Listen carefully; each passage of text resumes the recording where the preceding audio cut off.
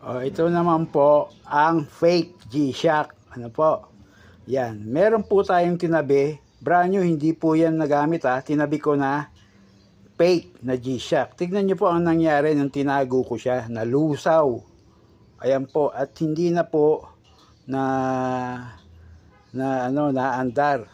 Yan. Yan po yung fake. Ganyan po mangyayari pag kayo ay may fake.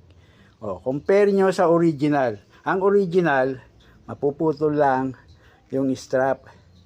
Yan. Magpapalit lang kayo ng bezel tsaka strap. Pero, ayan po, gumagana pa rin ang relo. Kasi yan pong pinaka nasa loob niyan, yung binabalutan nitong bezel, ay matibay po na klase yan. Ayan. Ganyan po.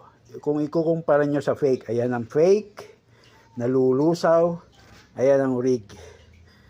Yan. Sa matagal na panahon na pagtago yan ha. Hindi naman sila ginamit, tinago lang.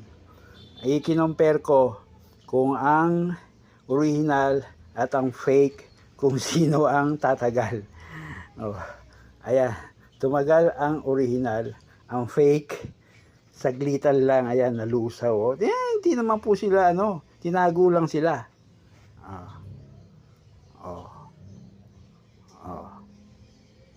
Diba? Yan ang katunayan. Fake versus original.